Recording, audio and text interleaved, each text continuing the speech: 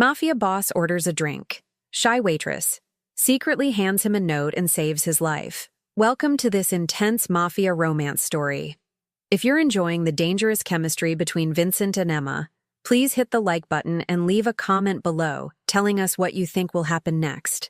Your support helps us create more stories like this. Now, let's dive into a world where love and danger collide. The rain hammered against the windows of Rossi's cafe like bullets against bulletproof glass. Inside, the warm glow of Edison bulbs cast amber shadows across marble tables where Chicago's elite sipped overpriced espresso and pretended not to notice the man in the corner booth. But everyone noticed him. Vincent Moretti didn't walk into rooms. He dominated them. At 36, he'd built an empire that stretched from the waterfront docks to the glittering penthouses of Gold Coast.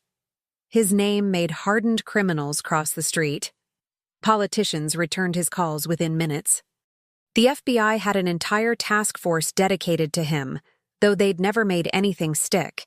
He sat alone in his usual corner, a position that allowed him to see every entrance, every exit, every potential threat.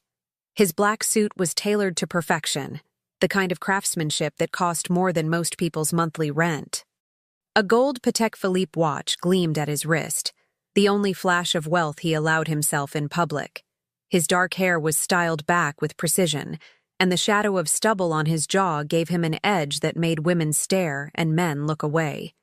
2 bodyguards flanked the entrance, their hands never far from their jackets. Another watched from a sedan outside, engine running. Vincent Moretti didn't take chances. He'd ordered a simple black coffee 30 minutes ago. The cafe manager had personally assured him it would be ready immediately, stammering through the promise with sweat beading on his forehead. But the coffee hadn't arrived, and Vincent was beginning to lose patience. His phone buzzed. A text from his underboss. The Castellano situation is handled. They won't be a problem anymore. Vincent's expression didn't change as he deleted the message. In his world, problems had permanent solutions, and the Castellano family had made the mistake of challenging his territory. They'd learn what happened to people who crossed the Moretti organization, if they lived long enough to remember. Movement caught his eye. A young woman emerged from the kitchen, carrying a single cup of coffee on a silver tray. Her hands trembled so violently that the cup rattled against the saucer, the sound cutting through the ambient jazz music. She couldn't have been more than 25. Blonde hair pulled back in a simple ponytail, delicate features that belonged in a painting rather than a cafe that serviced men like him. She wore the standard uniform, black slacks, white button-down shirt, and the cafe's signature red apron tied at her waist. But unlike the other servers who moved with practiced efficiency, she looked terrified. Smart girl, Vincent thought. Fear meant respect. Respect meant survival. She approached his table with the careful steps of someone walking through a minefield. Her blue eyes were fixed on the coffee cup as if it held the secrets of the universe. When she finally reached him, she set the tray down with such care that not a single drop spilled. "Your coffee, sir," she whispered, her voice barely audible above the background noise. Vincent didn't respond immediately. He had a habit of letting silence do the work for him, watching how people reacted when confronted with the weight of his presence. Most people couldn't handle it. They filled the void with nervous chatter or apologies or excuses. But this girl, this terrified, trembling girl, did something unexpected. She placed a folded napkin beside his cup, her fingers lingering on it for just a fraction of a second. Then she met his eyes, and in that brief moment, Vincent saw something that caught him completely off guard. Desperation. Not the kind of desperation that came from fear of him. Something deeper. Something that looked like a drowning person reaching for a lifeline. "Is there anything else, sir?" she asked, her voice steadier this time. Vincent's gaze dropped to the napkin. It was folded with deliberate care, the edges aligned perfectly. Too perfect to be accidental. "What's your name?" he asked, his voice low and commanding. "Emma, sir. Emma Collins." "How long have you worked here, Emma?" 3 months. She swallowed hard. "I'm still learning the ropes." Vincent picked up the coffee cup, ignoring the napkin for now. He took a slow sip, his eyes never leaving her face. The coffee was perfect, rich, dark, exactly the right temperature. This girl knew what she was doing, despite her trembling hands. "You can go," he said. Relief flooded her features, but something else flickered there too. Disappointment? Urgency? Before he could analyze it further, she turned and walked back toward the kitchen, her pace just a bit too quick to be casual. Vincent waited until she disappeared through the swinging doors before reaching for the napkin. His bodyguards hadn't noticed the exchange. They were too focused on potential external threats to worry about a scared waitress. He unfolded the napkin beneath the table, keeping his movements subtle. Inside, written in small, rushed handwriting, were 6 words that made his blood run cold. "They're coming for you tonight. Run." Vincent's expression didn't change. Years of controlling his reactions in high-stakes situations had trained him to show nothing, feel nothing, reveal nothing. But inside, his mind was racing. Who was this girl? How did she know about a threat against him? And more importantly, why would she risk her life to warn him? He'd survived 36 years in a world where trust was currency and betrayal was common as breathing because he trusted no one. Information was power, and someone had just handed him a piece of intelligence that could either save his life or lead him into a trap. Vincent folded the napkin and slipped it into his jacket pocket. He pulled out his phone and sent a quick text to his head of security. "Increase perimeter. Possible threat tonight. Code red." Then he did something he rarely did. He got up and walked toward the kitchen. His bodyguards immediately tensed, hands moving inside their jackets. Vincent held up a hand, signaling them to stand down, and pushed through the swinging door marked, "Staff only." The kitchen was chaos, steam and noise, cooks shouting orders, pans sizzling, knives striking cutting boards in rhythmic precision. The entire staff froze when they saw him, terror replacing their busy efficiency. All except Emma. She stood near the industrial sink, her back to him, shoulders rigid with tension. She knew he was there. He could tell by the way she'd gone completely still, like a rabbit sensing a wolf. "Outside," Vincent said quietly. "Now." She turned slowly, her blue eyes wide with something that looked like acceptance. Like she'd known this moment was coming, and had made peace with whatever happened next. The kitchen manager started forward. "Sir, I apologize if there was—" "Not your concern." Vincent cut him off with a look that made the man step back immediately. Emma untied her apron with steady hands, steadier than they'd been when she'd served his coffee, and walked toward the back exit. Vincent followed, his presence clearing a path through the kitchen staff like Moses parting the Red Sea. The alley behind the cafe was dark and wet, rain still falling in sheets. Emma stood in the shelter of the awning, arms wrapped around herself against the cold. Vincent's bodyguards had followed them out, positioning themselves at both ends of the alley. "Talk," Vincent commanded. Emma looked up at him, and in the harsh light of the single bulb above the door, he could see she was even younger than he'd thought. 25 at most, maybe younger. Her hands were rough from work, nails short and unpolished. This wasn't some spoiled socialite playing at poverty. This was a girl who knew what hard work meant. "My brother," she said, her voice breaking slightly. "Tommy Collins. He works for the Castellanos. Worked for them. They found out he's been talking to someone. I don't know who. But they're planning to send a message tonight by taking out the man they think he's been feeding information to. And you think that's me? I know it's you. I heard them talking at the bar where I work my second job. They didn't know I was Tommy's sister. I use my mother's maiden name there. They said they were going to hit Vincent Moretti at his usual spot tonight. This cafe." Vincent studied her carefully, looking for any sign of deception. But all he saw was raw, honest terror. Not for herself, but for someone else. "Why warn me? If your brother is compromised, helping me puts him in more danger." Emma's eyes filled with tears, but she blinked them back fiercely. "Because Tommy's not a bad person. He got in over his head, made stupid choices, but he's not like them. And if they kill you, they'll know someone warned you. They'll figure out it was him somehow. But if you know they're coming, maybe you can stop them. Maybe Tommy has a chance. The rain intensified, drowning out the distant sounds of traffic. Vincent looked at this brave, foolish girl who'd just gambled everything on a stranger's mercy and felt something he hadn't experienced in years. Respect. "What's your brother's last known location?" Hope flared in Emma's eyes. "The old brewery on Ashland. They're keeping him there until after tonight." Vincent pulled out his phone and sent a rapid series of texts.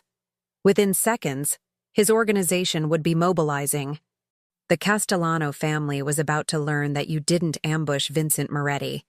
You barely survived him noticing your existence. "Go home, Emma Collins," he said, his voice softer than before. "Don't come to work tomorrow. Don't go to your other job. Stay inside until you hear from me." "How will I—" "You'll hear from me," he repeated, the command in his voice absolute. Emma nodded, then turned to leave, but she paused at the edge of the alley, looking back at him through the rain. "Thank you," she whispered. Vincent watched her disappear into the Chicago night, her red apron a splash of color in the gray urban landscape. He stood there for a long moment, rain beginning to soak through his expensive suit, thinking about a girl brave enough to walk into a lion's den with nothing but a napkin and a prayer. His phone buzzed. His security chief. Teams moving. Brewery secured. One male hostage recovered. Situation contained. Another text followed immediately. "Castellano hit team intercepted. They won't be trying again." Vincent smiled, but there was no warmth in it. Just cold satisfaction. He'd dealt with the immediate threat. But something told him that Emma Collins, the terrified waitress with hands that shook but courage that didn't, was about to become a complication he hadn't planned for. And Vincent Moretti hated complications almost as much as he hated being ambushed. Almost. 3 days later, Emma stood in her cramped studio apartment, staring at the bouquet of white roses that had appeared on her doorstep that morning. No card, no note. Just 24 perfect blooms that probably cost more than her monthly rent. She knew who they were from. Tommy was alive. That's all that mattered. He'd shown up at her door 2 nights ago, bruised and shaken but breathing. He'd told her everything. How Vincent Moretti's men had extracted him from the brewery minutes before the Castellanos would have made him disappear permanently. How he'd been given a choice. Leave Chicago with enough money to start over somewhere else, or stay and face the consequences of betraying a criminal organization. He'd chosen to leave. He was in Arizona now, working construction and living under a new name. Safe. Emma should have been relieved. She should have moved on, gone back to her 2 jobs and her quiet life of survival. But every time she closed her eyes, she saw Vincent Moretti standing in that rain-soaked alley, looking at her like she was a puzzle he couldn't quite solve. A knock on her door made her jump. She checked the peephole and saw a man in an expensive suit.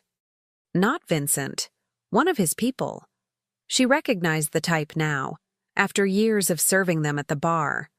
The way they carried themselves, the constant awareness of their surroundings, the bulge of weapons hidden beneath tailored jackets. Emma opened the door with the chain still attached. "Yes?" "Miss Collins, Mr. Moretti requests the pleasure of your company for dinner tonight. A car will arrive at 7. It wasn't a question. It was a summons. And if I say no?" The man's expression didn't change, but something flickered in his eyes. "Amusement?" "Mr. Moretti doesn't hear no very often, miss, but he instructed me to tell you this isn't business." "It's gratitude. You saved his life. He'd like to thank you properly." Emma's heart hammered against her ribs. Every instinct screamed at her to refuse, to close the door and pretend this chapter of her life was finished. But curiosity warred with fear, and beneath both was something more dangerous. Interest. "Where?" she asked. "Luciano's. Private dining room. Security will be present, but discreet." Luciano's was the most exclusive restaurant in Chicago, the kind of place where reservations were made months in advance, and the wait list included Fortune 500 CEOs and Hollywood celebrities. Emma had walked past it once, marveling at the elegant facade. "I don't have anything to wear to a place like that." The man handed her a sleek black box tied with silver ribbon. Mr. Moretti anticipated that concern. Before Emma could respond, he nodded respectfully and walked away, leaving her standing in her doorway holding a box that felt like Pandora's jar. She brought it inside and set it on her second-hand coffee table, staring at it like it might explode. Finally, curiosity won. She untied the ribbon and lifted the lid. Inside was a dress that made her breath catch. Deep emerald silk that shimmered in the afternoon light, elegant and sophisticated without being overly revealing. Beneath it were shoes, designer heels in her exact size, and a small velvet box containing diamond earrings that were definitely not costume jewelry. Emma's hands trembled as she lifted the dress. The fabric was so soft it felt like water between her fingers. The price tag had been removed, but she could guess it cost more than she made in 6 months. This was insane. She should return everything, text some polite refusal, go back to her normal life. But normal had never included roses on her doorstep or dresses that cost a fortune. Normal had never included a man who looked at her like she was the most fascinating thing in his dangerous world. At 6:30, Emma stood in front of her bathroom mirror and barely recognized herself. The dress fit perfectly, hugging her curves in ways that made her feel beautiful and terrified simultaneously. She'd done her makeup carefully, nothing too dramatic, just enough to enhance her features. Her blonde hair fell in soft waves around her shoulders. She looked like she belonged in Vincent Moretti's world. The realization should have scared her more than it did. The car arrived exactly at 7, a black Mercedes with tinted windows and a driver who opened the door without a word. Emma slid into the leather interior, her heart racing as they pulled away from her modest neighborhood and headed toward downtown Chicago. Luciano's was even more impressive inside than out. Crystal chandeliers cast prismatic light across marble floors. Oil paintings that probably belonged in museums adorned the walls.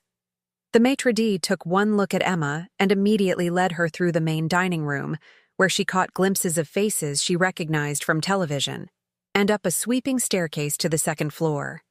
He opened a door to reveal a private dining room that took her breath away. Floor-to-ceiling windows overlooked the Chicago skyline, the city lights glittering like earthbound stars. A single table was set for 2, candles flickering in the dim light. And standing by the window, looking out at his city like a king surveying his kingdom, was Vincent Moretti. He turned when she entered, and Emma's heart stopped. He wore a black suit that was somehow even more perfectly tailored than the one from the cafe.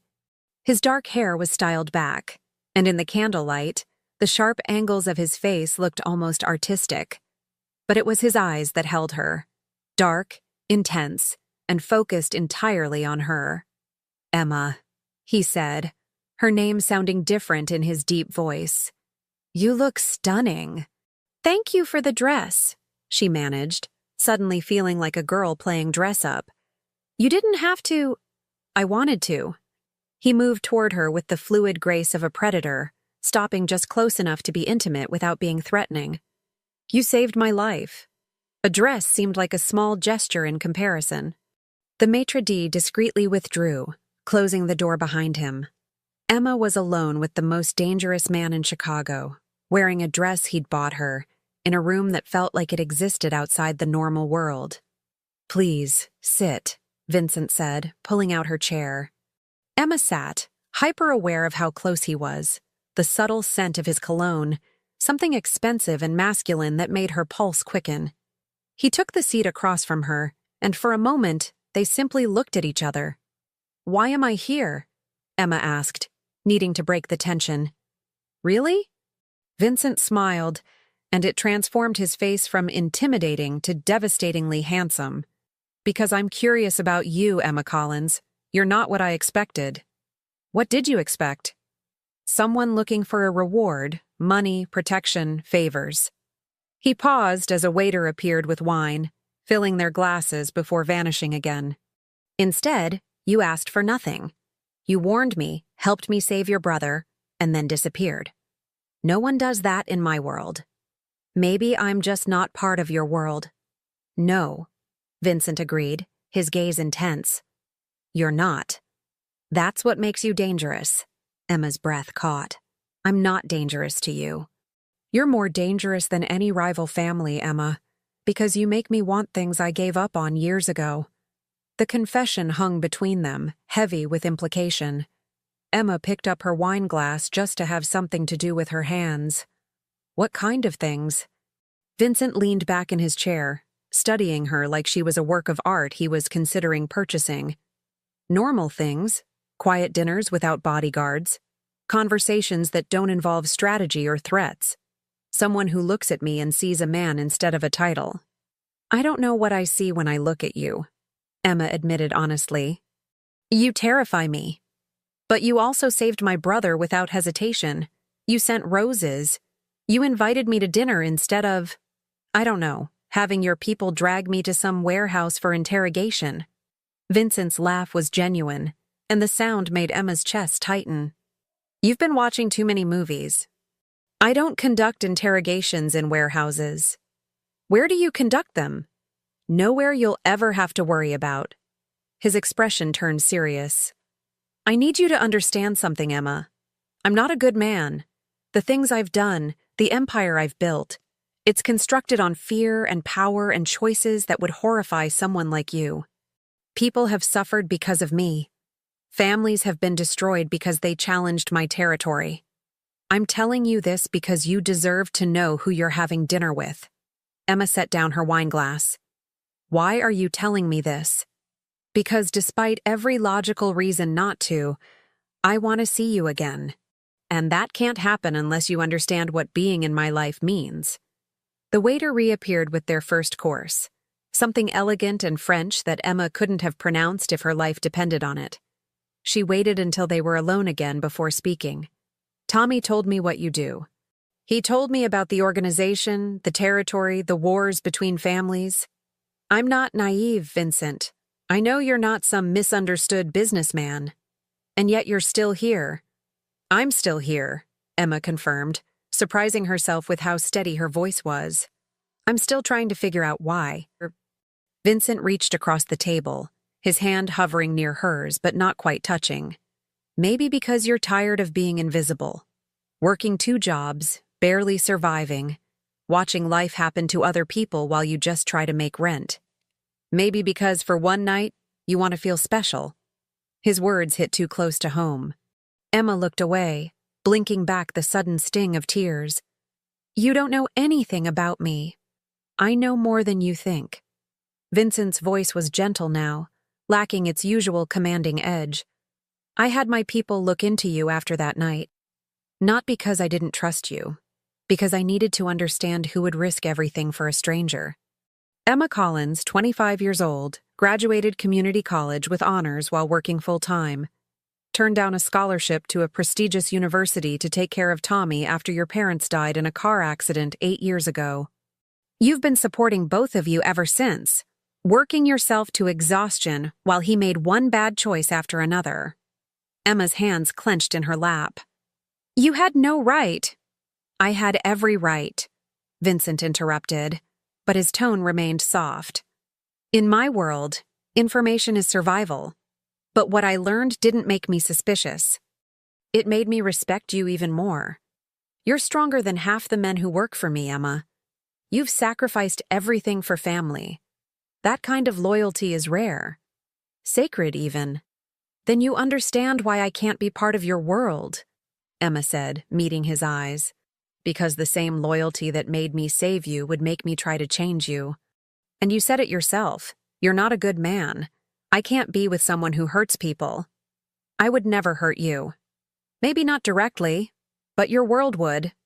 Being with you would mean living in constant fear, watching over my shoulder, wondering if today's the day a rival family decides to send a message by going after the people you care about. Emma's voice cracked slightly.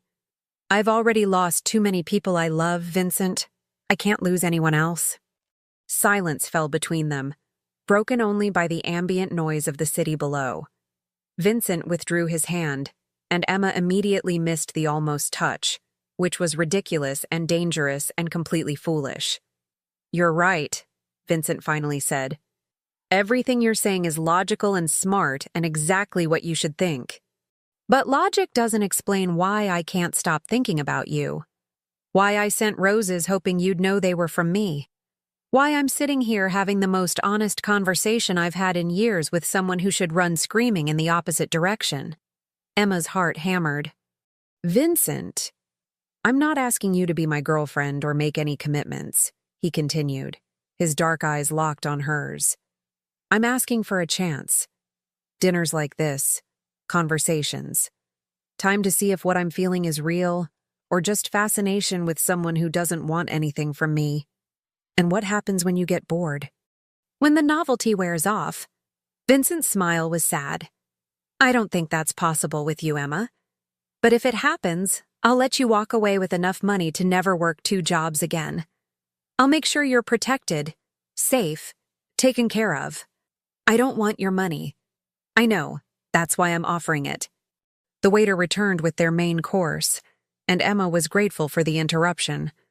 She needed time to think, to process what Vincent was offering. It was insane, dangerous, everything she should refuse. But God help her, she didn't want to refuse. They ate in comfortable silence, stealing glances at each other between bites. The food was exquisite, the kind of culinary experience Emma had only read about, but she barely tasted it. All her senses were focused on the man across from her, the way candlelight played across his features, the occasional glimpse of vulnerability beneath his controlled exterior. "Tell me about your family," Emma said eventually. "You know everything about mine." Vincent's expression shuddered slightly. "My family is complicated. I'm not asking about your organization. I'm asking about the people who raised you. What made you who you are?" He was quiet for so long Emma thought he wouldn't answer. Then, "My father was the Don before me. He built the Moretti Empire from nothing, came to America with barely enough money for a meal and turned it into what it is today. He was brilliant, ruthless, and utterly devoted to family. He taught me that loyalty was everything, that weakness was death, that mercy was a luxury we couldn't afford." "Was he a good father?" "He was a complicated father. He loved me in his way, but his way involved preparing me to survive in a world where kindness gets you killed." Vincent's jaw tightened. "He died when I was 28. Heart attack during a meeting with another family. They thought it was a sign of weakness, tried to move on our territory. I had to prove I was stronger than my father, more ruthless, more willing to do whatever it took to maintain control." "Did you?"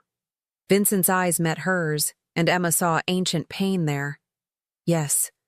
I did things that would keep you awake at night, things I'll carry with me forever. But I kept my family safe. I kept our territory intact. And I built something even stronger than what my father left me. At what cost? My humanity, mostly." The honesty in his voice was devastating. "There's not much of the man I could have been left anymore, Emma. Just the man I had to become." Emma reached across the table and did something crazy. She placed her hand over his. Vincent stiffened, clearly not expecting the gesture, but he didn't pull away. "I don't believe that," she said softly. "The man who saved my brother without asking for anything in return. The man who sent roses instead of threats. The man who's being completely honest with me right now instead of manipulating me into compliance. That man is still in there."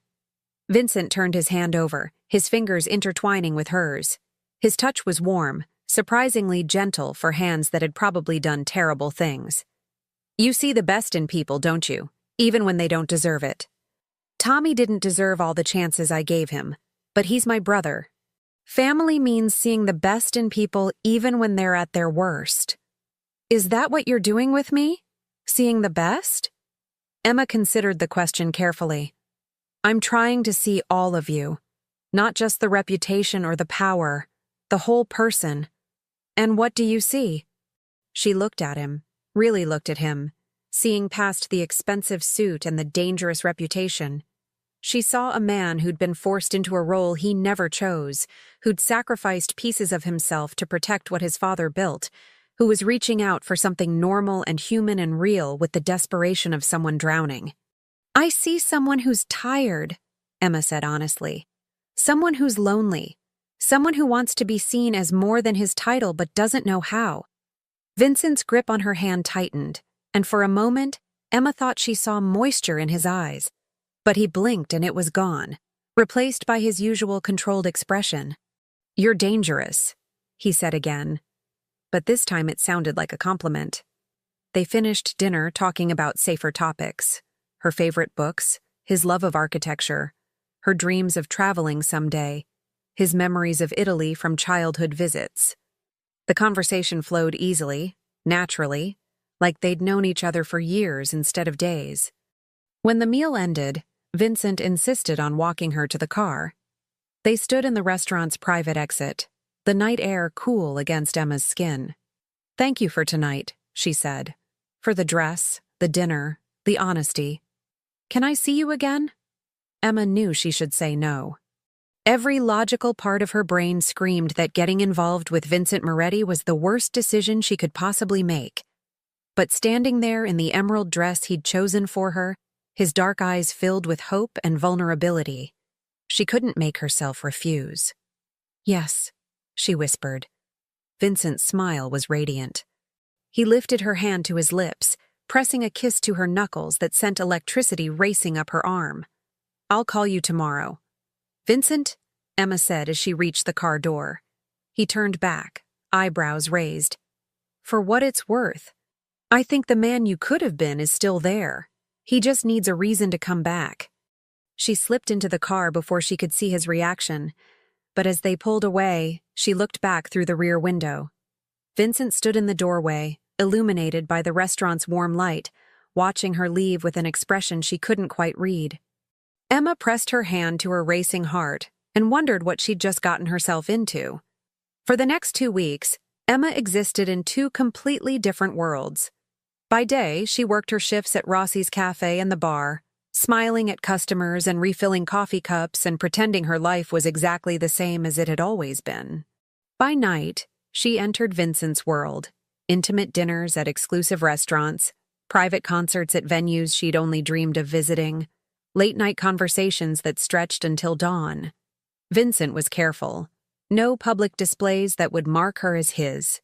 No obvious connections that would make her a target. They met in private spaces, protected by security that Emma barely noticed anymore. His people had become familiar faces. Marco, who drove her everywhere. Sophia, who appeared whenever Emma needed anything. Alessandro, whose job seemed to be ensuring her safety without being intrusive about it. She should have been terrified.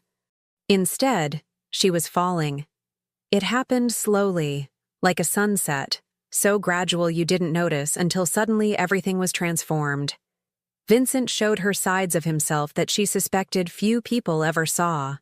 The way he laughed at terrible jokes, his surprising knowledge of classic literature, the gentle way he touched her, a hand at the small of her back, fingers brushing her cheek, always asking permission with his eyes before taking liberties. They hadn't kissed yet. Emma knew Vincent was waiting for her to be ready, to be certain, but the tension between them was becoming unbearable. Tonight, they were at his penthouse, the first time she'd been to his private space. Emma stood at the floor-to-ceiling windows, looking out at Chicago spread beneath them like a glittering map of all Vincent controlled. "Penny for your thoughts," Vincent said, handing her a glass of wine. Emma took it gratefully. "I was thinking about how different my view is from yours. From my apartment, I can see a parking lot and the back of a Chinese restaurant. From here, you can see the entire city." "The view is better with you in it," Vincent said, moving to stand beside her. Emma smiled despite herself. That was incredibly cheesy. "I'm allowed 1 cheesy line per evening. It's in my contract as a crime lord." His expression turned serious. "Emma, there's something I need to tell you." Her stomach tightened. "That sounds ominous." "The Santoro family is making moves. Nothing concrete yet, just posturing and territory testing. But it means security around me is going to get tighter for a while. I wanted you to hear it from me before you notice the extra precautions. Emma set down her wine glass. Is this what life with you is like? Constant threats and territory wars? Sometimes. My world has quiet periods and storm periods. Right now we're entering a storm. Vincent turned to face her fully. I need to know if you're okay with that. Because if you're not, if this is too much, I'll understand. I'll make sure you're protected and taken care of, but I'll let you walk away. Emma's heart ached at the vulnerability in his voice. 2 weeks ago, Vincent Moretti had been a terrifying stranger. Now, he was the man who texted her good morning every day, who remembered she liked her coffee with 2 sugars, who looked at her like she was the most precious thing in his dangerous world. I'm not going anywhere, Emma said, surprising herself with how certain she sounded. Relief flooded Vincent's features. You should be running. Probably. But I've never been good at doing the smart thing. She stepped closer, closing the distance between them. Vincent, I need to ask you something, and I need you to be completely honest. Always. Have you ever felt this way before? About anyone? Vincent was quiet for a long moment, his dark eyes searching her face. Once. A long time ago, before I took over from my father. Her name was Isabella. She was beautiful, intelligent, everything I thought I wanted. We were engaged. Emma's chest tightened with unexpected jealousy. What happened? She met the man I was becoming and couldn't handle it. The violence, the power, the compromises I had to make. She left 3 weeks before our wedding, and I don't blame her. She was smart enough to run when you're not. He cupped Emma's face gently. But what I felt for her was nothing compared to this.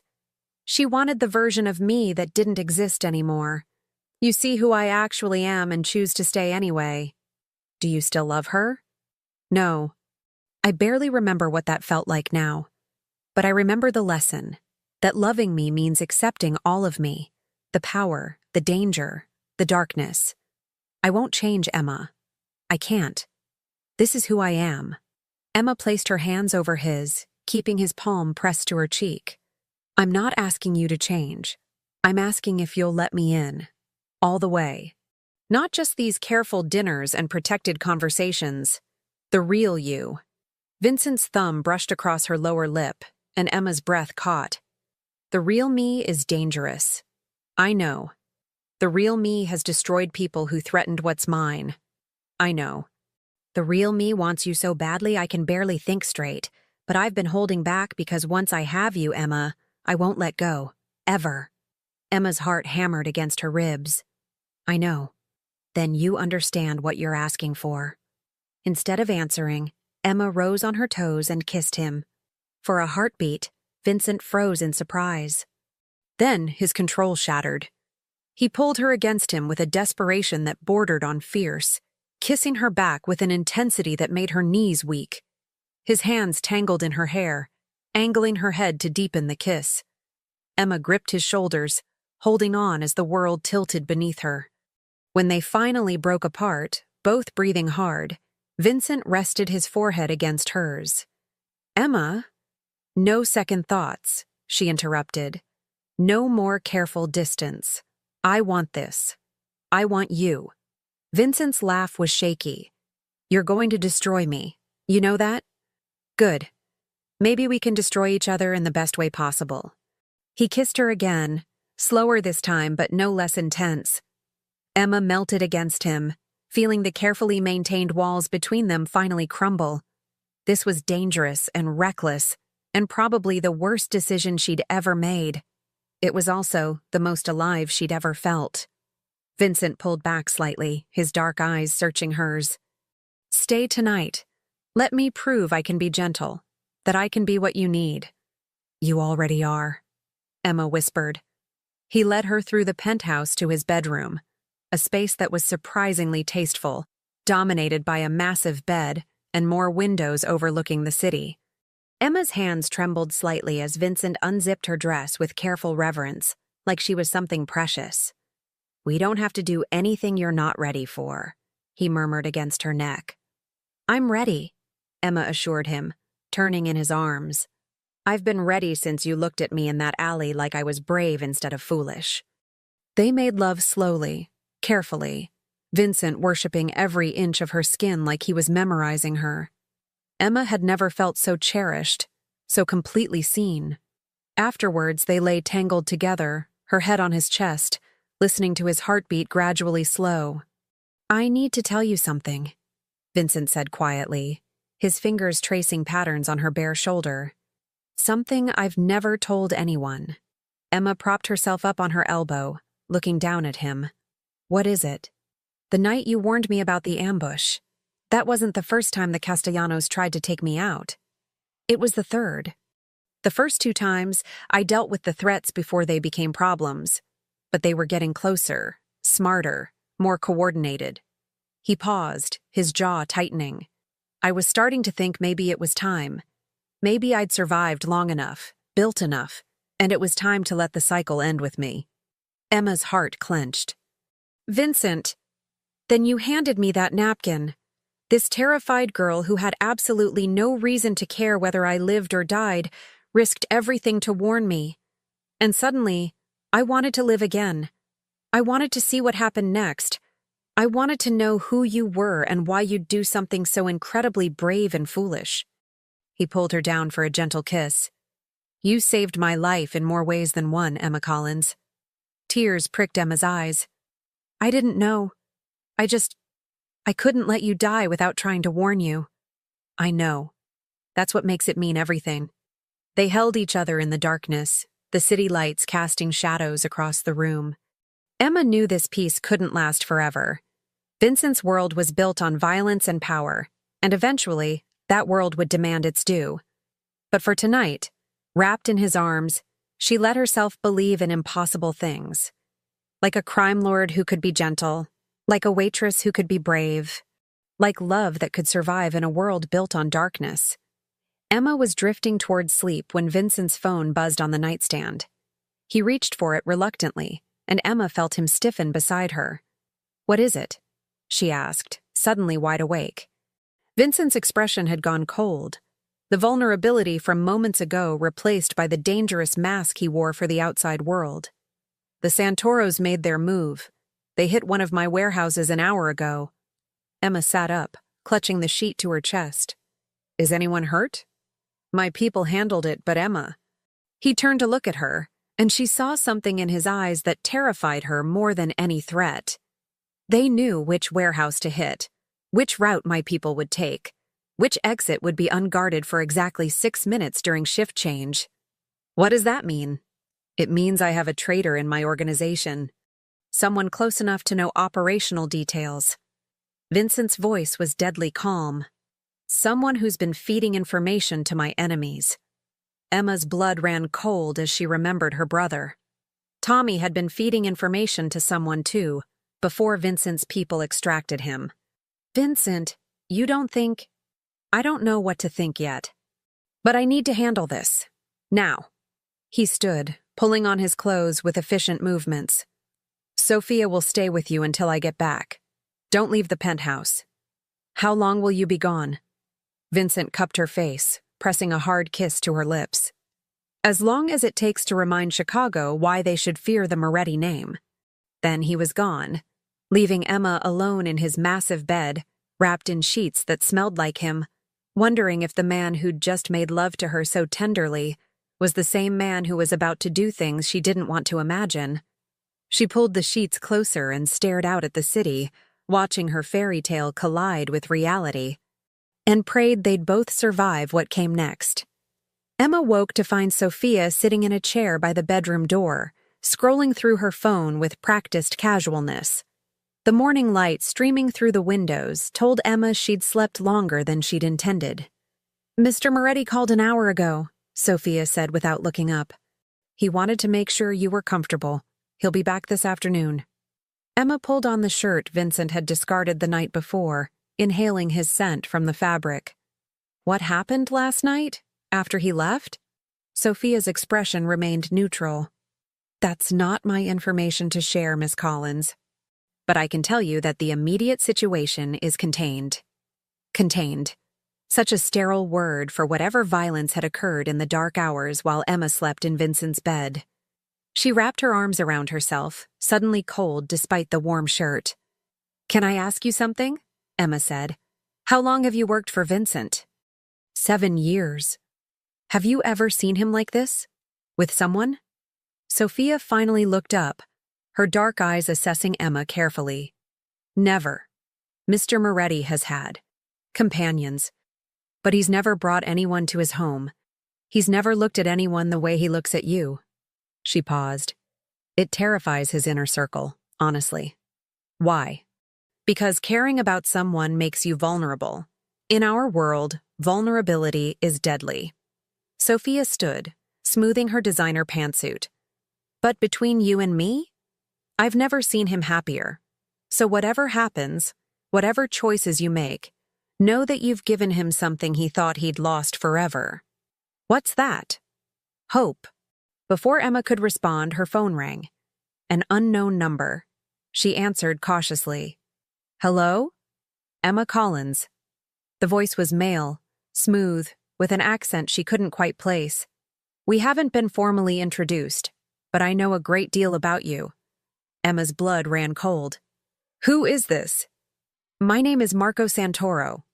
I believe you know my family has been having some disagreements with Mr. Moretti lately." Sophia was immediately alert, moving toward Emma with urgent hand signals. Emma put the phone on speaker. "What do you want?" Emma asked, proud that her voice didn't shake. "Just to talk. You see, I'm a reasonable man, Miss Collins. I don't believe in unnecessary violence, but your boyfriend has something that belongs to me, and I need it back. I don't know anything about Vincent's business." Marco's laugh was cold. "Of course you don't. You're just an innocent waitress who happened to catch the eye of Chicago's most dangerous crime lord. How romantic. How convenient. Get to the point." "The point, my dear, is that Vincent Moretti has been stealing from my family for months.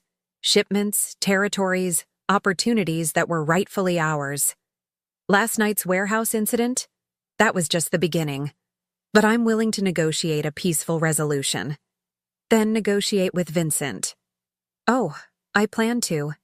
But I wanted to speak with you first, to let you know that when the war between our families escalates, and it will escalate, you should think very carefully about which side you want to be on. Vincent's empire is built on sand, Miss Collins. One strong wind and it all comes crashing down." Emma's hands clenched into fists. "I'm not afraid of you." "You should be. But not for yourself.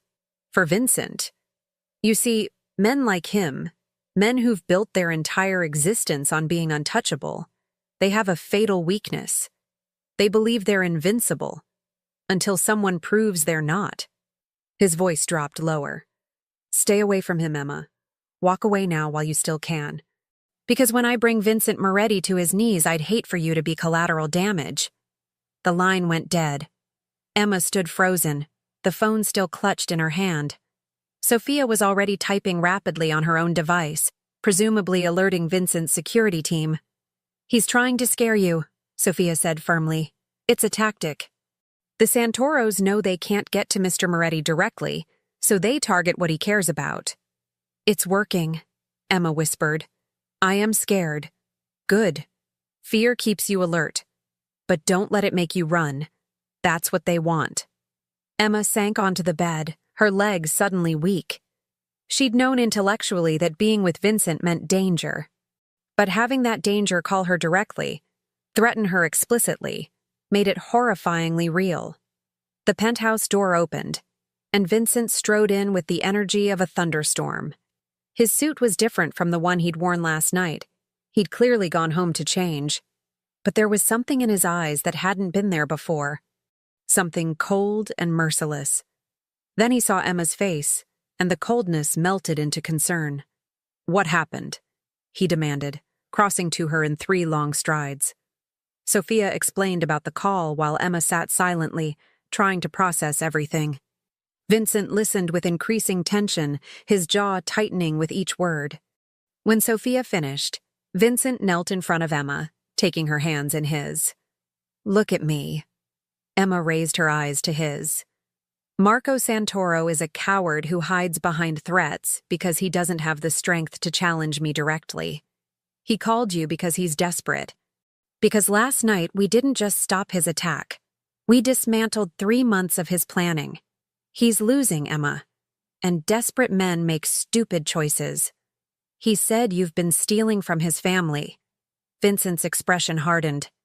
"The Santoros have been trafficking through my territory without permission, without paying tribute, without respect. I've been taking back what's mine. That's not theft. That's business." "Is there going to be a war?"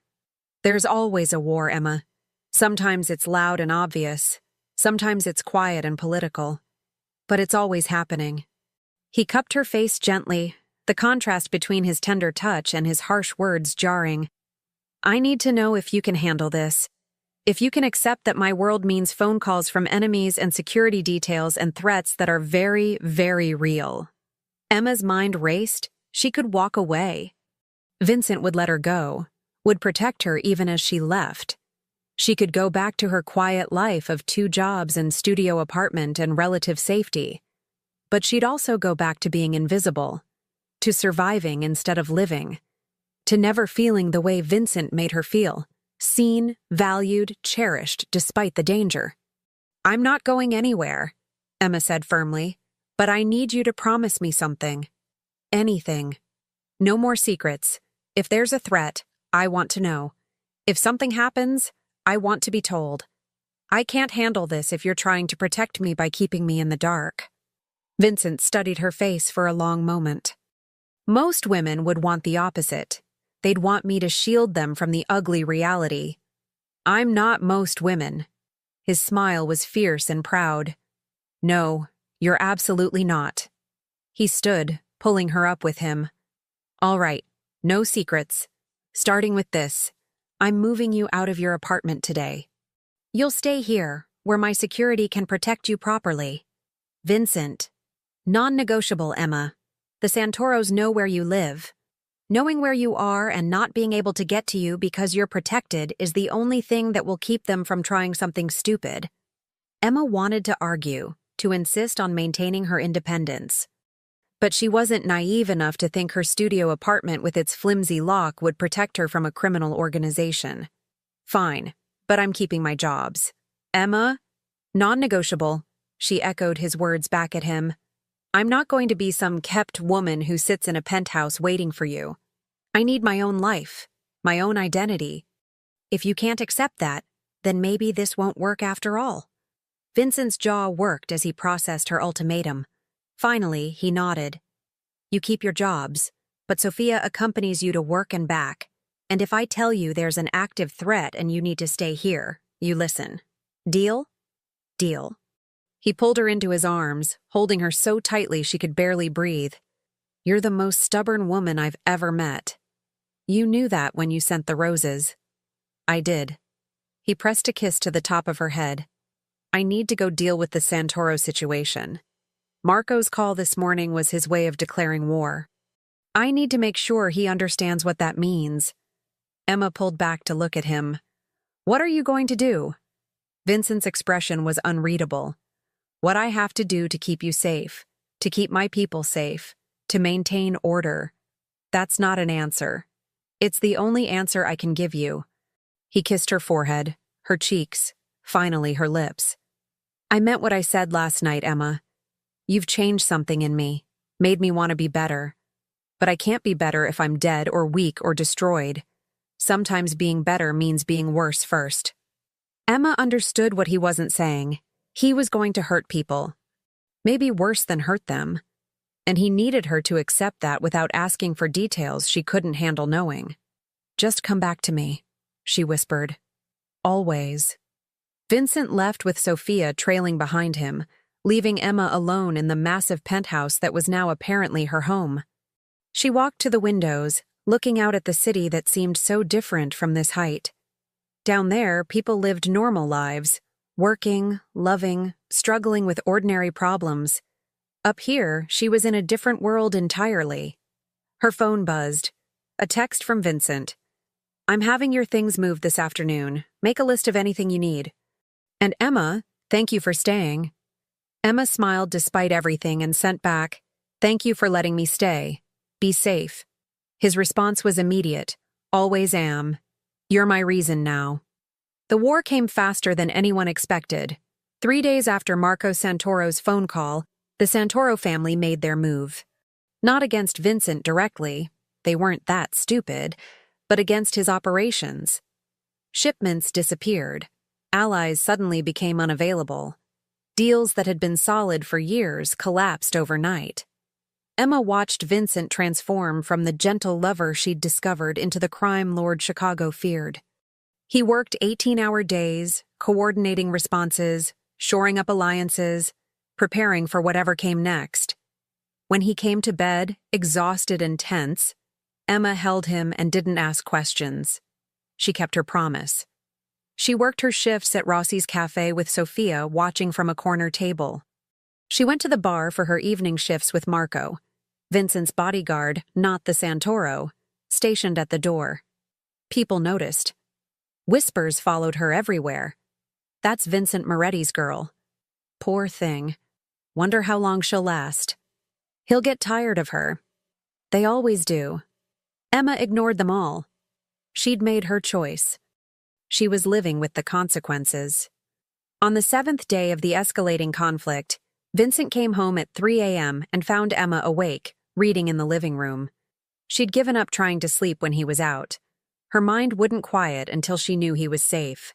"You should be sleeping," he said. But there was warmth in his voice. "So should you." Emma set down her book. "How bad is it?" Vincent poured himself a whiskey, downing it in one swallow before answering. "The Santoros hit another warehouse tonight, but we were ready for them this time. They lost more men than we did." "You said lost. Does that mean—" "Yes." Vincent's voice was flat. "It means exactly what you think it means." Emma's stomach churned, but she forced herself to stay calm. "Are you okay?" "I didn't pull any triggers, if that's what you're asking. But I gave the orders. I made the calls.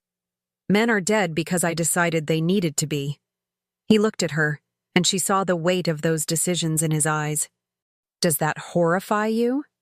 "Yes," Emma said honestly. "But I understand why you did it. That doesn't make it okay, but I understand." Vincent crossed to her, kneeling beside her chair like he had that first morning. "I'm going to end this soon. The Santoros are losing ground, losing allies. One more push and they'll either surrender or be finished." "But Emma, that final push is going to be intense, violent. Things are going to happen that I can't take back." "What are you saying?" "I'm saying that if you want to leave, this is the time. Before the worst of it happens. Before you're so deep in my world that you can't get out without consequences." Emma's hands trembled as she cupped his face. "Vincent Moretti, I love you." He froze, his eyes widening with shock. "What?" "I love you," Emma repeated, stronger this time. "I love the man who sends me good morning texts, who remembers how I take my coffee, who holds me like I'm precious, who's honest with me even when the truth is ugly. I love you, and I'm not leaving." Vincent pulled her from the chair into his arms, holding her so tightly it almost hurt. "Say it again. I love you. Again. I love you, Vincent. All of you. The gentle parts and the dangerous parts. The man you are and the man you're trying to be." He kissed her desperately, pouring everything he couldn't say into the contact. When they finally broke apart, both breathing hard, there were tears on his face. "I've never—" He started, then stopped, struggling with words. "No one has ever said that to me. Not my father, not Isabella, not anyone who knew what I really am." "Then they were fools," Emma said fiercely. "Because you're worth loving, Vincent. Even when you make terrible choices. Even when you do things I wish you didn't have to do. You're still worth loving. I don't deserve you." Probably not. But you're stuck with me anyway. Vincent laughed through his tears, and the sound was so beautiful Emma's heart ached. I love you too, Emma Collins. God help us both. But I love you more than I thought I was capable of loving anyone. They made love on the couch, urgent and desperate, clinging to each other like lifelines. Afterward, wrapped in throes and each other, Vincent told her the plan. Tomorrow night we're meeting with the Santoros, neutral ground, supervised by the Commission, the ruling families who maintain order in Chicago. Marco will either agree to terms or we settle this permanently. What kind of terms? Territory concessions, financial reparations, a promise to stay out of my operations. In exchange, I won't dismantle his family completely. And if he refuses? Vincent's expression hardened. Then there won't be a Santoro family anymore. Emma shivered despite the warmth of his body against hers. Can I ask you something? About your world? Anything. The Commission, the families who maintain order. Why don't they stop wars like this before they start? Because some conflicts are necessary. They keep the balance. If we didn't fight occasionally, if there were no consequences for disrespect or territory violations, everything would collapse into chaos. The Commission supervises to make sure wars don't escalate beyond control. But they don't prevent them entirely. It sounds exhausting. It is. Vincent's arms tightened around her. Which is why, when this is over, I'm making changes. What kind of changes? I'm stepping back. Not completely. I can't abandon my family or my responsibilities. But I'm promoting my underboss, Antonio, to handle day-to-day operations. I'll focus on strategy, on maintaining alliances, on the political side of things instead of the operational side. Emma pulled back to look at him. Why? Because I want a life with you, a real life. Not stolen moments between crises. I want to take you to dinner without bodyguards. I want to wake up next to you without wondering if today's the day everything falls apart. I want to be the man you see when you look at me, not just the title I inherited. Vincent, you don't have to. Yes, I do. You've shown me what I've been missing, Emma. What I sacrificed without even realizing it. I can't get back the man I was before all this. But maybe I can become someone better. Someone worthy of your love. Emma's tears fell freely now. You're already worthy. You always have been. They held each other as the city lights flickered outside, making promises they both hoped they could keep. The next evening, Emma waited in the penthouse while Vincent attended the meeting with the Santoros. Sophia stayed with her, pretending to work on her laptop while Emma paced anxiously. Hours passed. Emma's phone remained silent. Finally, at midnight, the door opened. Vincent walked in, and Emma knew immediately that something was wrong. He moved like he was injured, though she couldn't see any visible wounds. What happened? She demanded, rushing to him. Vincent pulled her into his arms, his face buried in her hair. It's over. The Santoros agreed to terms. There won't be any more attacks. Then why do you look like your world just ended? Because of the price. Vincent pulled back, his eyes haunted. Marco agreed to everything. Territory, money, operations. But he had one condition. One thing he demanded in exchange for peace. Emma's blood ran cold. What condition? You. He wanted me to give you up. Said that as long as you were in my life, he'd always have a target. A weakness he could exploit. He'd agree to peace if I agreed to end things with you. Emma's legs nearly gave out. And what did you say? Vincent's smile was bitter and beautiful. I told him he could burn in hell, that I'd destroy his entire family before I gave you up, that you were mine, and I was yours, and nothing, not territory, not peace, not all the power in Chicago, was worth losing you. Vincent. Then I offered him something else, something that cost me more than anything I've ever given up. His voice cracked slightly. I offered him the docks. 5 miles of waterfront property that's been Moretti territory for 3 generations, the most valuable real estate in my empire. Emma gasped. Vincent, no, you can't. I can, and I did. The commission witnessed it. The deal is done. He cupped her face, his touch infinitely gentle. Antonio told me I was insane, that I was showing weakness, that giving up the docks would cost me respect and power and everything I'd built. But Emma, I don't care. Let them think I'm weak. Let them question my judgment. Because none of it, none of the power, none of the territory, none of the reputation, means anything without you. Emma's tears flowed freely. You gave up your empire for me. I gave up a piece of it, and I'd give up the rest too if I had to. Vincent pressed his forehead to hers. You saved my life once. Now you've given me a reason to live it. That's worth more than all the docks in Chicago. I love you, Emma whispered. So much it terrifies me. Good. Be terrified together. He kissed her softly. The war is over, Emma. The Santoros got their territory. I kept you. And now we get to see if we can actually build something real. What about your family, your organization? Will they forgive you for this? Vincent's laugh was shaky. Some will, some won't. But that's tomorrow's problem. Tonight, I just want to hold the woman I love and be grateful we both survived this. They went to bed early, exhausted from the emotional toll of the past week. Emma lay in Vincent's arms, listening to his heartbeat, and marveled at the fact that she was alive. He was alive, and somehow, impossibly, they'd made it through. Emma? Vincent murmured in the darkness. Yeah? Marry me. Emma's breath caught. What? Marry me, he repeated, more awake now. I know it's crazy. I know we haven't been together that long. But I've never been more certain of anything in my life. I want you to be my wife. I want to build a life with you. I want everyone to know that you're mine and I'm yours, and nothing will ever change that. Emma pushed herself up on her elbow, looking down at him in the dim light. Vincent Moretti, are you seriously proposing to me in bed at 2 a.m. after the most stressful week of our lives? Yes, is that a problem? Emma laughed through her tears.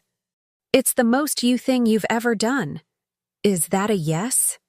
It's a yes, Emma said, kissing him deeply. Yes, I'll marry you. Yes, I'll be your wife. Yes, to all of it. Vincent rolled them over, pinning her beneath him with a grin that made him look years younger. I don't have a ring yet. I'll take you shopping tomorrow. I don't need a ring. You're getting one anyway. Something beautiful and expensive and completely impractical, just like this whole relationship. Emma pulled him down for another kiss. I love you, you impossible, dangerous, wonderful man. I love you too, my brave, stubborn, perfect Emma. They made love slowly, savoring each touch, each kiss, each whispered promise. And for the first time since this all began, Emma felt truly safe. Not because the danger was gone. It would always be there, lurking at the edges of Vincent's world, but because they'd faced the worst together and survived. Everything else was just details. 6 months later, Emma stood in front of the mirror in Vincent's, their bedroom, adjusting the simple white dress she'd chosen for their wedding. It wasn't a traditional ceremony. Neither of them wanted the spectacle of a big wedding with hundreds of guests who belonged to Vincent's world more than hers. Instead, they'd planned something small and private. Just immediate family, which for Vincent meant Antonio and a few key members of his inner circle, and for Emma meant her brother Tommy, who'd flown in from Arizona looking healthy and happy and clean. You look beautiful, Sophia said, adjusting Emma's veil. Over the past months, Sophia had become more than just a bodyguard. She'd become a friend, one of the few people who understood both worlds Emma now straddled. I look nervous, Emma corrected. You're allowed to be nervous. You're marrying the most powerful crime lord in Chicago. I'm marrying Vincent, Emma said firmly. The title is just accessory. Sophia smiled. He's lucky to have you. We all are. You've made him better, you know. More reasonable, less volatile. The families have noticed. Some respect it. Others think it makes him weak.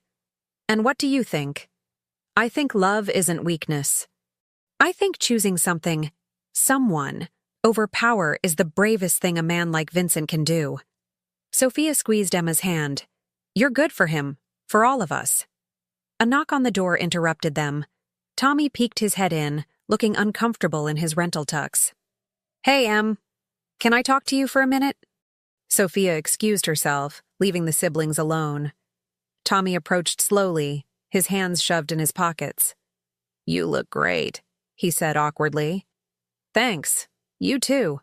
Arizona's been good for you. Yeah. Clean livin', honest work, no looking over my shoulder constantly. He paused. I owe you an apology. For everything. For getting involved with the Castellanos. For putting you in danger. For making you think you had to save Vincent Moretti to save me. Emma crossed to him, taking his hands. Tommy, you're my brother. I'd do it again in a heartbeat. I know. That's what terrifies me. His eyes filled with tears. But I'm grateful too. Because if you hadn't made that crazy decision, I'd probably be dead right now. Or worse. And you wouldn't have found him, happiness. Are you okay with this? With me marrying Vincent? Tommy was quiet for a moment. Honestly, it scares me. Because I know what that world is like. I know the danger, the violence, the constant threat. But I also see how he looks at you. Like you're the only real thing in his entire life. Like he'd burn the city down before he'd let anything happen to you. So yeah, I'm okay with it. Because you love him. And he loves you. And that's worth any risk. Emma hugged her brother tightly, tears threatening to ruin her makeup. Thank you. For being here. For supporting this. For being the brother I needed you to be. Always, Em, no matter what. Another knock, this time more insistent. Antonio appeared, looking uncharacteristically nervous. Miss Collins, Emma, we're ready whenever you are. Emma took a deep breath, gave Tommy one more squeeze, and nodded. Let's do this. The ceremony was held in the penthouse, the floor-to-ceiling windows offering a breathtaking view of Chicago at sunset. Vincent stood at the makeshift altar, really just a space cleared near the windows, looking devastating in a black tuxedo that made him seem like he'd stepped out of a movie. His eyes locked on Emma the moment she appeared, and she saw everything there. Love, gratitude, wonder, and something that looked suspiciously like tears. Emma walked down the short aisle, alone. Tommy had offered to give her away, but Emma wanted to come to Vincent on her own terms, making her own choice, taking her own steps into this new life. When she reached him, Vincent took her hands, and Emma could feel them trembling slightly. This man who commanded respect through fear, who made grown men quiver with a look, was shaking because he was marrying a waitress who'd handed him a napkin 6 months ago. The officiant was someone from the commission, a neutral party who could witness the union and make it official in both the legal world and the underground one. He spoke about partnership and trust and choosing each other every day. Then it was time for vows. Vincent went first, his voice steady despite the emotion in his eyes. Emma, 6 months ago, you did something crazy. You handed a stranger a warning that could have gotten you killed. You saved my life that night. But more than that, you saved me. You made me remember there was more to life than power and territory and survival. You made me want to be better. Not perfect. I'll never be that. But better. Worthy of the love you give me so freely. I promise to protect you with everything I am. To be honest with you even when the truth is ugly. To choose you over everything else, every single time. You're my home, Emma Collins. And I will love you until my last breath. Emma was crying openly now, not caring about her makeup. She took a shaky breath and began her own vows. Vincent, I was terrified when I handed you that napkin. Terrified you wouldn't believe me. Terrified you'd hurt me. Terrified I was making a mistake that would ruin everything. But the biggest fear was that I'd do nothing, and you'd die. And I'd spend the rest of my life wondering what might have happened. You've taught me to be brave. To choose the dangerous path if it's the right one. To believe that love can exist even in dark places. I promise to see all of you, the crime lord and the man, the power and the vulnerability, to stand beside you when things are good and refuse to leave when they're bad, to be your safe place, your honest voice, your reason to keep fighting. I love you, Vincent Moretti, today and every day after." The officiant pronounced them married, and Vincent pulled Emma into a kiss that made everyone in the room very aware they should probably look away. But no one did. They were too busy witnessing something rare and precious in a world built on violence and power. Love that was real, pure, transformative. The reception was small but beautiful. Antonio made a toast about how Vincent had finally found someone who could tell him no and make it stick. Tommy told embarrassing stories about Emma as a kid. Sophia surprised everyone by singing. She had a beautiful voice, and the entire room fell silent to listen. At one point, Emma and Vincent escaped to the balcony, needing a moment alone. The city sparkled beneath them, and Emma marveled at how different her life was from a year ago. She'd been surviving then, working 2 jobs and barely scraping by. Now she was married to one of the most powerful men in Chicago, living in a penthouse that cost more than she'd ever imagined. But the strangest part? She was happy. Genuinely, deeply happy. "What are you thinking?" Vincent asked, pulling her against his chest. "That I made a lot of crazy decisions to get here, but I don't regret any of them. Not even the ones that involved criminal organizations and territory wars.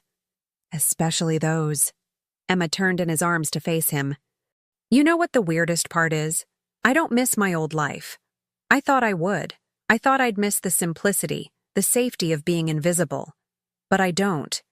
Because being seen by you, loved by you, chosen by you, that's worth every complicated, dangerous moment." Vincent's smile was soft. "You know I'm still not a good man, right? I still run a criminal organization. I still make choices that would horrify normal people. Today doesn't change that. I know. But you're my not good man, and I wouldn't want you any other way." He kissed her gently.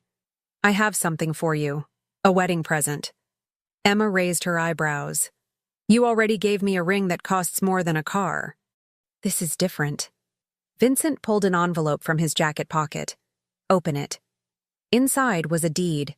Emma scanned the document, her eyes widening.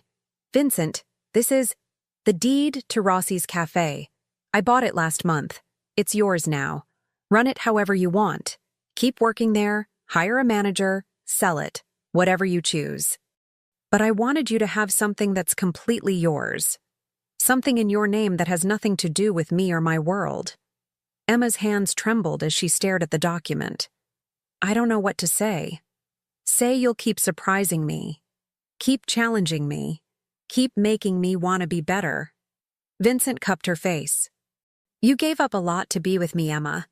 I wanted to give you something back. Something that represents the woman you are. Strong, independent, capable of building something beautiful." "I love you so much," Emma whispered. "How did I get so lucky? I ask myself that every day." He pressed his forehead to hers. "You could have walked away so many times. After the Santoro threats. After I told you what I really do. After you saw the worst of my world. But you stayed. You chose me. That's the real gift, Emma. Your choice. Every day you choose me. And I'll keep choosing you," Emma promised. "For the rest of our lives." They stood on the balcony, wrapped in each other's arms, as the party continued inside. The commission representative left, giving Vincent a respectful nod that acknowledged the new alliance this marriage represented. Antonio pulled Tommy aside, and Emma smiled watching her brother laugh at something Vincent's underboss said. Sophia was dancing with Marco, and Emma made a mental note to investigate that development later. This was her life now. Straddling 2 worlds, the normal one where she owned a cafe and had friends and lived like a regular person, and the dangerous one where her husband commanded respect through power and their home needed bodyguards and threats were always lurking. But somehow, impossibly, she'd found balance. She still worked at Rossi's, her cafe now, 3 days a week. She'd quit the bar, finally free from the exhaustion of 2 jobs. She'd started taking business classes online, learning how to actually run the cafe as a proper owner instead of just an employee. Vincent had kept his promise too. Antonio handled day-to-day operations while Vincent focused on strategy and politics. He was home more. They had dinners together. They took a weekend trip to a cabin upstate where no one knew who Vincent Moretti was, and they could pretend to be a normal couple. It wasn't perfect. Vincent still had to deal with occasional conflicts. Emma still had to live with security measures and whispered conversations she wasn't supposed to hear. But it was theirs. They'd built it together from a napkin and a warning and a chance encounter that had changed both their lives. "Ready to go back in?" Vincent asked eventually. "One more minute," Emma said, holding him tighter. "I just want to remember this moment, this feeling, this perfect night where everything came together. We'll have 1,000 more nights like this," Vincent promised. "I know, but this one is special. This is the night I officially became Mrs. Moretti. The night we promised forever in front of everyone who matters. The night our two worlds finally merged completely." Vincent kissed the top of her head. "Then let's make it count." They returned to the party, hand in hand. Tommy pulled Emma onto the makeshift dance floor, spinning her around while Vincent watched with amusement. Antonio cornered Vincent to discuss some business matter, but Vincent waved him off. Tonight was about celebrating, not working.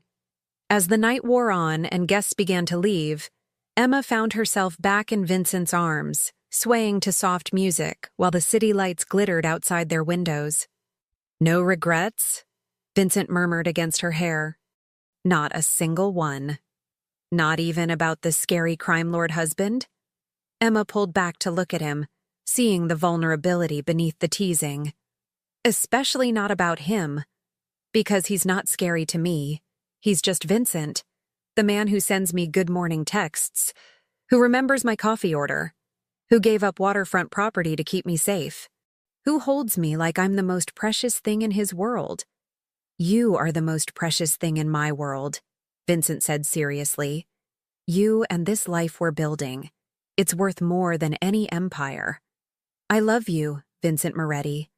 "I love you too, Emma Moretti." He smiled at her new name. "That sounds perfect." "It does, doesn't it?" They danced until the last guest left, until the caterers cleaned up and departed, until it was just the two of them in their penthouse with the city at their feet. Vincent carried Emma to their bedroom despite her laughing protests, laying her gently on the bed like she was made of glass. "Welcome to forever, Mrs. Moretti," he said, sliding the veil from her hair. "Best decision I ever made," Emma replied, pulling him down to her. They made love as husband and wife for the first time, tender and passionate and perfect. And when Emma finally fell asleep in Vincent's arms, she dreamed not of danger or threats or the complicated world she'd married into. She dreamed of napkins and coffee cups and white roses, of the moment her life changed forever because she'd been brave enough to hand a stranger a warning, of the impossible love story that had bloomed from that single act of courage. She dreamed of home. And Vincent, watching her sleep with wonder in his eyes, knew he'd finally found his. The crime lord and the waitress, the powerful and the brave. Two people who should never have worked but somehow found their way to each other anyway. This was their happily ever after. Complicated, dangerous, imperfect, and absolutely real. Just like the love that had started it all. Thank you for reading The Secret Note. If you enjoyed Vincent and Emma's story, please like this video and comment below with your favorite moment. Should we create more Mafia romance stories? Let us know. Subscribe for more intense love stories where danger meets devotion.